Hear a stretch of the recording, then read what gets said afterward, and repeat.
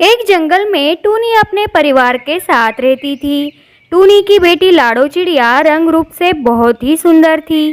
टूनी और बंटी कबूतर उसका बहुत ख्याल रखते थे। एक दिन लाडो को अपनी सहेलियों के साथ बाहर जाना था। वो अपनी माँ टूनी से बोलती है, माँ, मुझे अपनी सहेलियों के साथ बाहर जाना है। हम लोग आज सभी एक साथ सिनेमा देखने जाएंगे। अरे बेटा लाडो, अभी तो बाहर बहुत धूप है, तुम इतनी धूप में बाहर मत जाना, तुम्हारा रंग काला पड़ जाएगा। अरे माँ, इतनी सी धूप से क्या होता है? आप तो बेकार में ही टेंशन लेती हो। अरे लाडो, तुम समझती नहीं हो, अब तुम्हारी शादी की उम्र हो गई है। अगर तुम अपना ख्याल नहीं रखोगी तो कैसे चलेगा। आखिरकार तुम्हारी सुंदरता देखकर ही तो तुम्हारे लिए अमीर घर से रिश्ते आएंगे ना। पापा, आप कुछ समझाओ ना मम्मी को। जब देखो तब बस शादी की ही बातें करती रहती है। अब मुझे सहेलियों के साथ थोड़ा बाहर जाना है, तो इसमें शादी वाली बात कहाँ से आ गई बीच में? लाडो बिटिया, माँ को तुम्हारी फिक्र है, तभी तो वो तुम्हारी चिंता करती है। हम दोनों तुम्हारे लिए एक अच्छा रिश्ता ढूंढना चाहते हैं। तुम्हारा रंग अगर काला पड़ गया तो तुम्हारे लिए अच्छा रिश्ता कहाँ से आएगा। ओहो मम्मी पापा, आप एक ऐसी बातें करते हो। भला ऊपरी सुंदरता देखकर थोड़े ही पता चलता है कि कौन कैसा है। मुझे तो बस एक अच्छा, दिलदार और समझदार लाइफ पार्टनर चाहिए। आप दोनों की बातें तो मेरी समझ से बाहर है। जाने दीजिए, मैं जा रही हूँ, शाम तक आ जाऊंगी। ऐसा बोलकर लाडो चिड़िया वहाँ से चली जाती है। लाडो चिड़िया सुंदर थी, पर उसे उसका बिल्कुल घमंड नहीं था। लेकिन उसके माँ बाप हर वक्त उसके सुंदर होने का गुणगान गाते और उसके लिए अच्छा, सुंदर, अमीर तोता कैसे मिलेगा इसकी ही चिंता करते थे। लाडो को उसका एक दोस्त कौवा बहुत पसंद करता था और लाडो को भी उसका स्वभाव अच्छा लगता था। कालू कौवा लाडो से शादी करना चाहता था। लाडो कालू को साथ में लेकर घर आती है। जब वह मम्मी पापा को बताती है कि कालू और मैं शादी करना चाहते हैं, तब टूनी और बंटी दोनों गुस्सा हो जाते हैं। लाडो, तुम ये क्या कह रही हो? ऐसा क्या देखा तुमने इसमें? ना शक्ल अच्छी है ना सूरत। हमने तो तुम्हारे लिए कितने बड़े बड़े सपने देखे हैं और तुम ये किसे पसंद कर लाई हो? हमें यह बिल्कुल पसंद नहीं है। हम तुम्हारी शादी इससे नहीं होने देंगे। बेटी, तुम इतनी सुंदर हो और इसे देखो, यह कितना काला है। हमने तुम्हारे लिए बड़े बड़े सुंदर अमीर रिश्ते देख रखे हैं। तुम्हारी शादी इससे कभी नहीं होगी बेटा, तुम समझ लेना।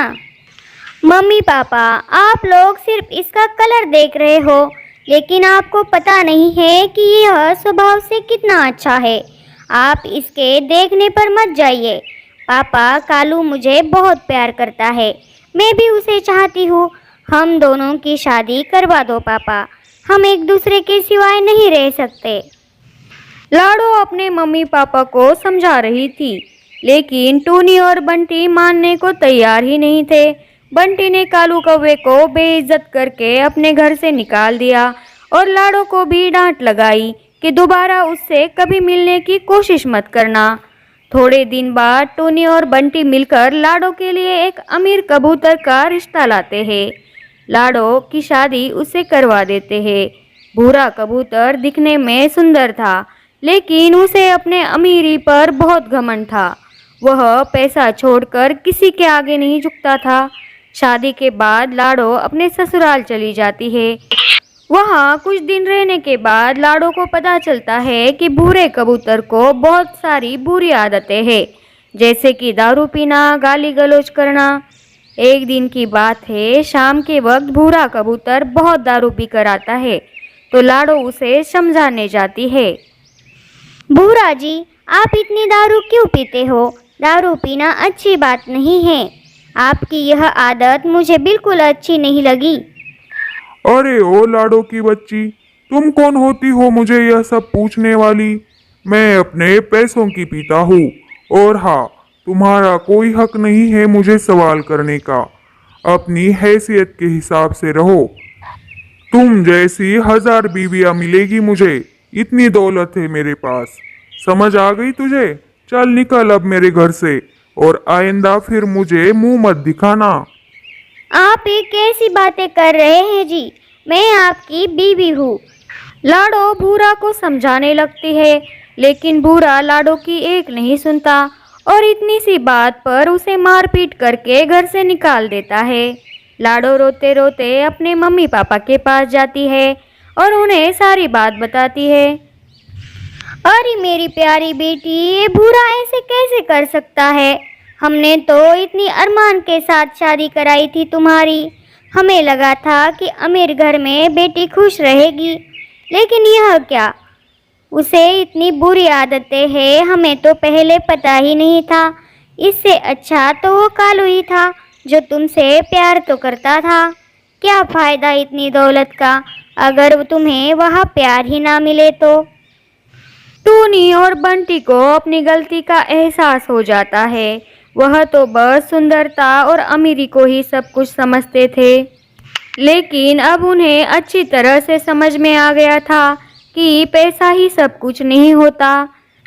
टूनी और बंटी कालू के पास जाते हैं, उससे माफ़ी मांगते हैं और उसे विनती करते हैं कि वह लाडो से शादी करे। कालू भी उनको माफ़ कर देता है और लाडो से शादी कर लेता है।